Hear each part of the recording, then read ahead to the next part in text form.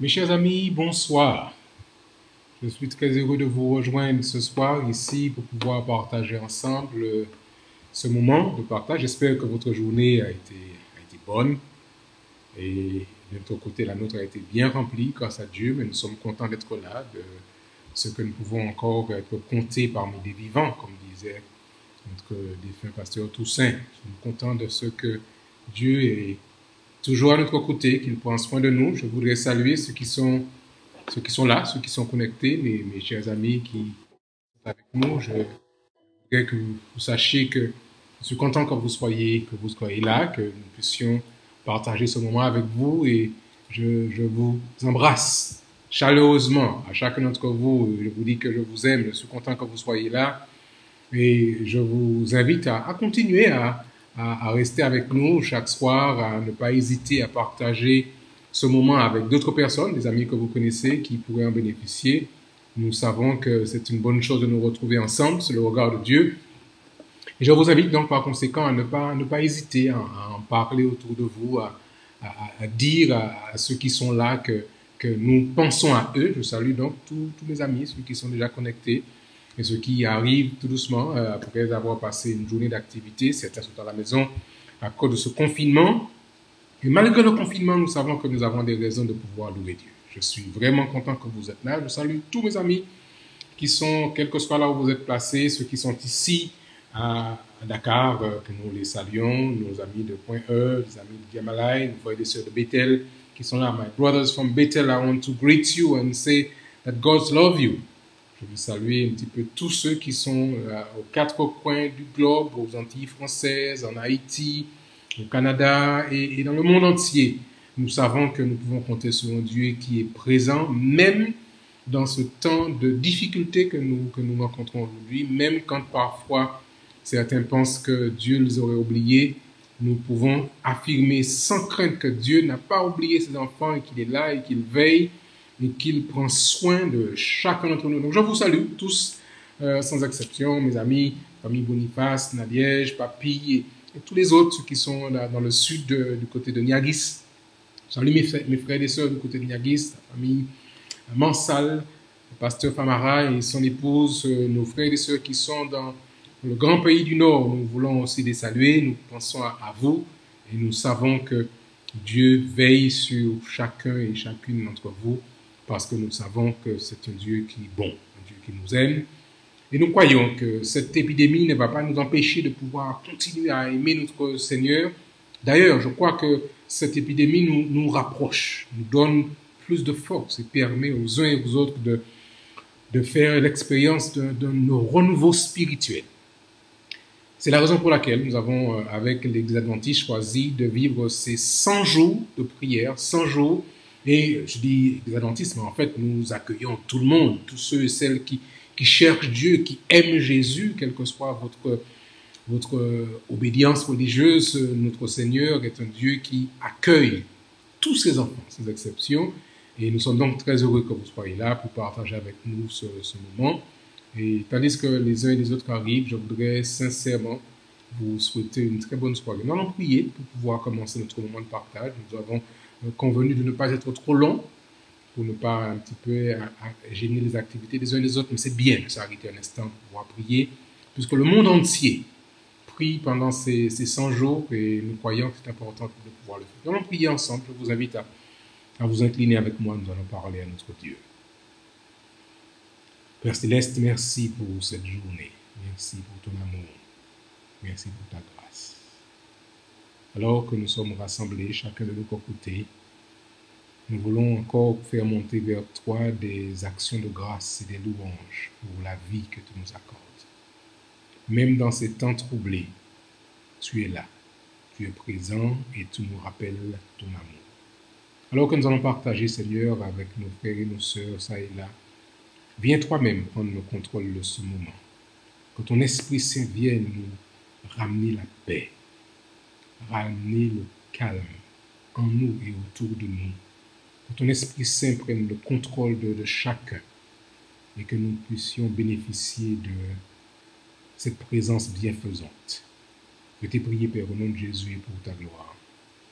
Amen. Voilà, chers amis, encore je salue ceux qui nous rejoignent. Nous sommes aujourd'hui au jour 7. Comme ça va vite, c'est des jours qui vont vite. Nous sommes déjà le 2 avril 2020. Et nous partageons avec vous dans le cadre de ces 100 jours de prière. 100 jours où des hommes, des femmes se consacrent pour chercher de manière spéciale la puissance que Dieu a promis. Il a promis et nous voulons pendant ces 5 jours demander à Dieu de manière toute particulière de nous accorder cette effusion du Saint-Esprit. Nous voulons le demander, nous voulons être sûrs d'être prêts pour recevoir cette puissance qui va être déversée quand Dieu l'aura décidé et nous voulons être prêts pour ce moment. Donc nous voulons intercéder dans ce sens pour que Dieu nous accorde cette effusion qu'il a promis. Nous voulons aussi demander à Dieu pendant ces 100 jours de faire en sorte que nous vivions, vous et moi, l'expérience d'un véritable réveil sur cette terre.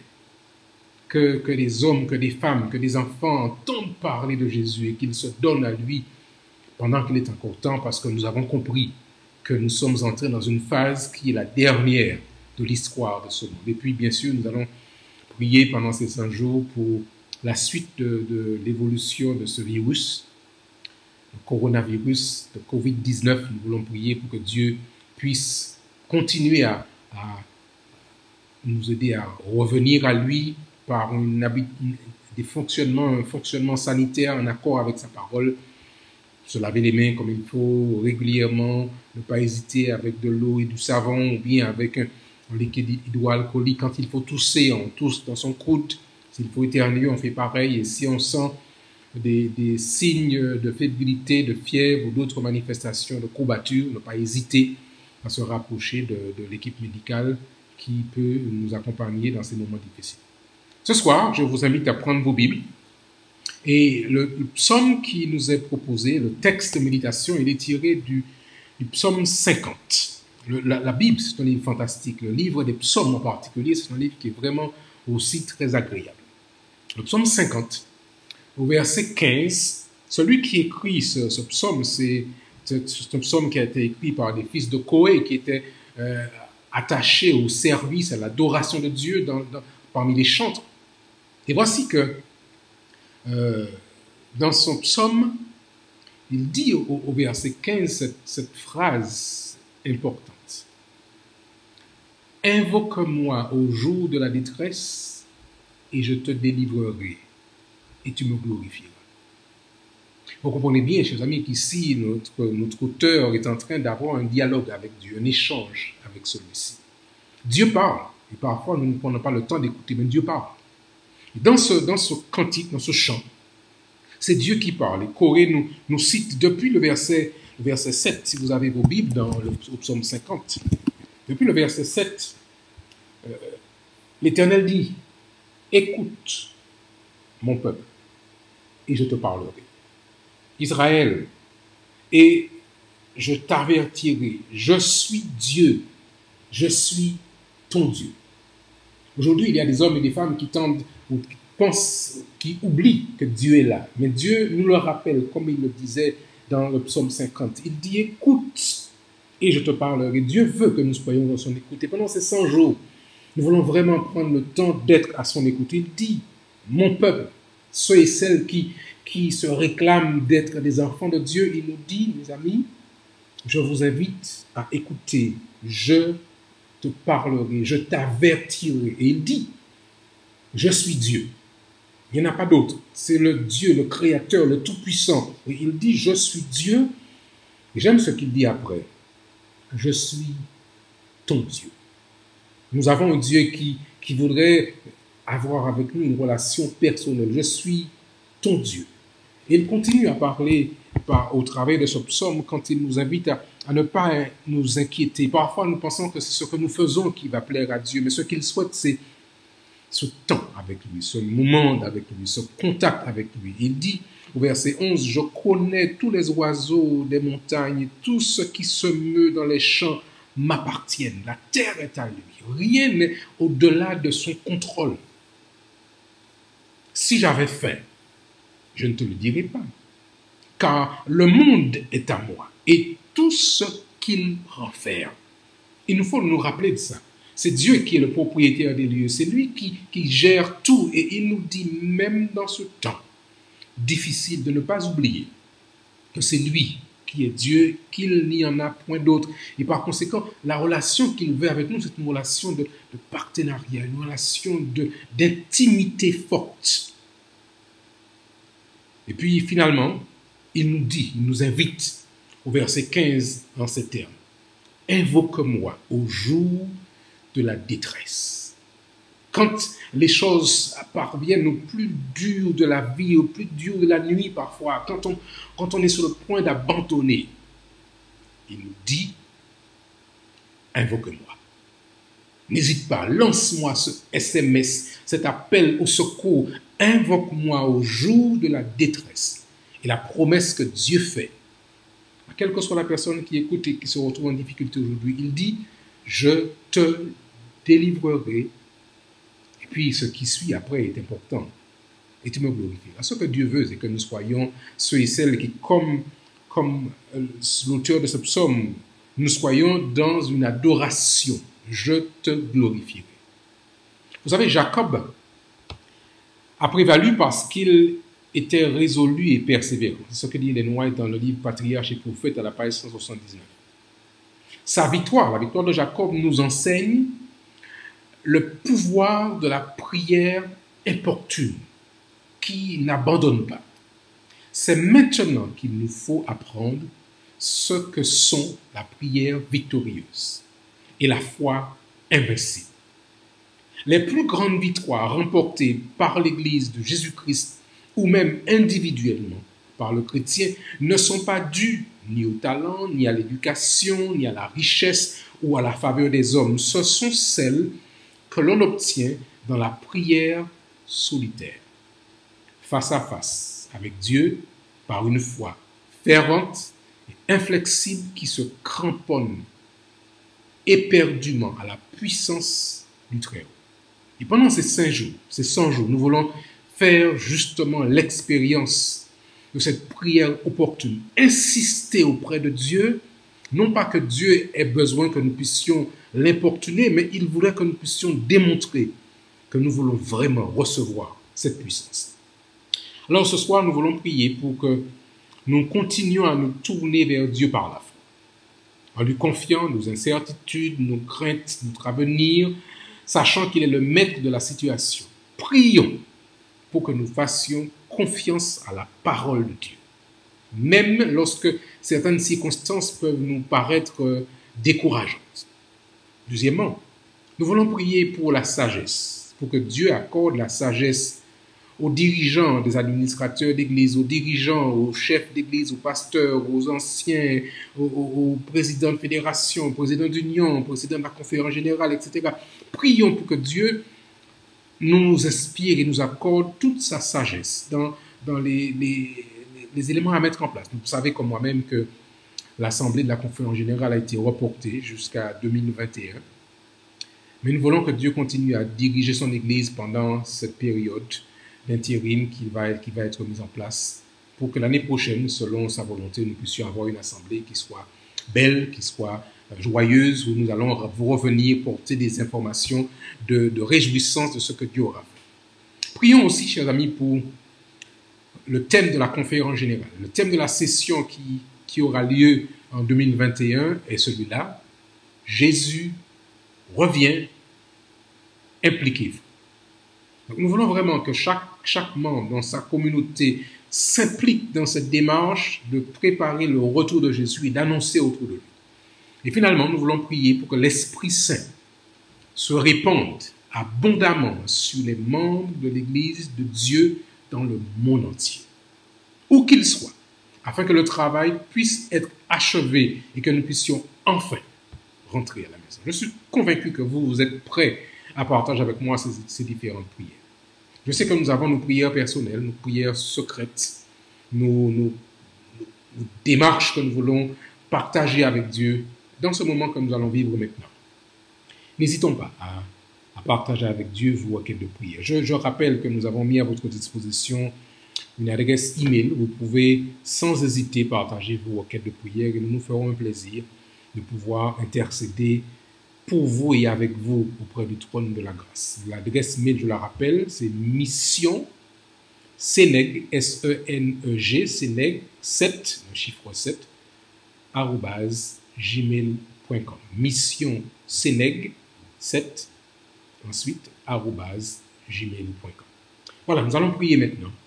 Je voudrais vous inviter, là où vous êtes, à adopter une posture de prière, de calme, de sérénité, alors que nous allons parler à notre Dieu qui écoute et qui entend. Prions ensemble. Notre Père et notre Dieu, nous venons vers toi parce que c'est toi qui nous invites. Et dans les temps dans lesquels nous sommes, qui sont des temps troublés, tu dis au psaume que nous venons de lire, psaume 50 au verset 15, « Invoque-moi au jour de la détresse et je t'exaucerai. Je te répondrai, je te délivrerai et tu me glorifieras. » Ô Seigneur, nous voulons te glorifier. Nous voulons célébrer ton Saint-Nom. Nous voulons chanter à ta gloire pour ce que tu as fait et ce que tu feras encore. Alors nous t'invoquons aujourd'hui en te demandant, Seigneur, de visiter la terre, les hommes, les femmes, les enfants. Passe ta main bienfaisante et guérissante sur ceux qui sont malades. Réconforte, Seigneur, ceux qui pleurent, ceux qui ont perdu un être cher. Et nous en connaissons, Seigneur. Veuille les accompagner, veuille les réconforter, veuille les soulager dans leur tristesse. Sois avec ceux qui sont sous les lits des hôpitaux. Là encore, Seigneur, même dans ces lieux, tu es présent et tu exerces ta bienfaisance présente. Sois avec l'équipe médicale, les médecins, les infirmières et tous ceux qui agissent dans ces différents services. Redonne-leur de la force, de la sagesse. Mais rappelle à chacun, Seigneur, que toi, tu es Dieu et que nous n'avons pas à promener des regards inquiets. Bénis ton Église dans le monde entier. Sois avec les dirigeants de toutes ces organisations religieuses. Sois avec les présidents de fédération, les présidents de mission, les présidents d'union, sois avec les pasteurs, les anciens d'église, chacun dans son rôle et dans sa fonction. Mais donne-nous, Seigneur, de nous rappeler que c'est toi qui es Dieu, que c'est toi qui dirige. Accorde-nous ta sagesse.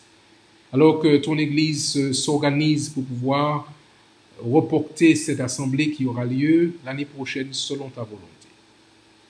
Continue, Seigneur, à faire en sorte que dans chaque zone du globe, des hommes se lèvent afin de porter l'évangile et que le plus grand nombre entende parler de toi et qu'ils soient sauvés pendant qu'il est encore temps. Bénis, Seigneur, cette fédération, cette mission. Nous sommes la mission du Sénégal. Tu connais ses besoins, tu connais ses défis. Viens toi-même intervenir pour chaque membre, chaque pasteur, chaque église, que tu bénisses, Seigneur, nous t'en prions, cette mission. L'église de Point E, l'église de Djamalaï, l'église de Bethel, l'église de la Mauritanie, Seigneur, c'est nos frères et sœurs qui se retrouvent dans le sud, que tu les bénisses, à Kolda, à Ziguinchor, à Niagis, à Sédhiou, à El Elkin, à Djogé, Seigneur, bénis chacun de nos membres, nos frères et sœurs qui sont dans le nord, à Saint-Louis, que tu les bénisses ici, sur ce territoire. Nous avons besoin de toi, de ton aide, de ta puissance, de ta clairvoyance, pour accomplir la mission. Que tu bénisses notre union, l'union du Sahel, l'union de l'Ouest du Sahel, que tu bénisses notre division et les divisions du monde entier. Accorde ta paix, ta grâce. Et alors que nous terminons ce moment d'échange, donne-nous l'assurance que nous serons ensemble avec toi encore jusqu'à ce que tu viennes. C'est au nom de Jésus, Père, que je t'ai prié. Et pour ta gloire. Amen. Amen. Je veux vraiment vous remercier d'avoir pris le temps d'être là avec nous, mais aussi de prier. Parce que je sais que non seulement vous écoutez, mais vous priez aussi. Et vos prières sont très, très importantes. Continuez à le faire. Je vous dis à tous une très bonne soirée. Que Dieu vous bénisse, qu'il vous garde, qu'il prenne soin de chacun d'entre vous. Et vous le savez bien, nous serons de retour demain soir par la grâce du Seigneur. Ce sera vendredi. Nous allons entrer dans le sabbat ensemble. Donc je vous invite à passer une très bonne soirée. Que Dieu vous bénisse. Et je vous dis à demain soir, Dieu vous lance sous le regard du Seigneur, sachant qu'il a promis de prendre soin de chacun d'entre nous. Bonsoir à tous, mes chers amis. Dieu vous aime. Moi aussi, je vous aime et il voudrait que vous puissiez dire à vos amis que demain soir, nous serons ici pour continuer à partager autour de la parole du Seigneur. À très bientôt et que Dieu vous bénisse.